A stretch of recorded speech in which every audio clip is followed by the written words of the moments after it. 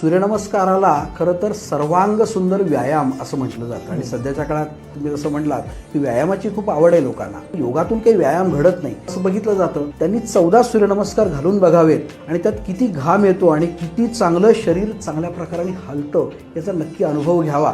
आणि ती खरी योगाची सुरुवात किंवा पहिली पायरी आहे. समजा तुम्हाला सवय नसेल तर अगदी 4 सूर्यनमस्कारापासून सुद्धा सुरुवात करा. मग हळूहळू वाढवा. 6, 8, 10. आजच्या काळात वेळ आपला विचारात घेतला तर त्यात 12 ते 14 सूर्यनमस्कारासाठी आपल्याला साधारण 5 ते 6 मिनिटापेक्षा जास्त वेळ लागत नाही.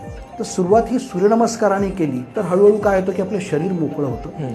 सगळ्यात महत्त्वाचं म्हणजे आपला जो काही हाडांचा सापळा आहे तो सगळा मोकळा व्हायला लागतो. प्रत्येक स्थितीमध्ये तुमचं शरीर एकदा पुढे वागतं, एकदा मागे वागतं आणि असं सातत्याने 10 किंवा 12 वेळा तुम्ही करताना आपोआपच तुमचं शरीरावर नियंत्रण यायला लागतं. त्याचं बॅलन्सिंग कसं करावं हे आपोआप आतून उमजत जातं. श्वासोच्छवासावर नियंत्रण येतं. पोटावर चांगला दाब आल्यामुळे पोटाचे तर प्रॉब्लेम्स आता सध्या काही बोलायलाच नको. म्हणजे फास्ट फूड आहे, जंक फूड आहे, शारीरिक हालचाली कमी झालेल्या आहेत. तर शारीरिक हालचाली ह्या इतक्या उत्तम रीतीने सूर्यनमस्कारामध्ये तुमच्या घडतात. त्याला सर्वांग सुंदर व्यायाम असं सहज सोप्या भाषेत जरी म्हणलेलं असलं तरी सुद्धा ती खरं तर एका शक्तीची, दिव्यत्वाची, चैतन्याची अशी सुंदर साधना समजली जाते.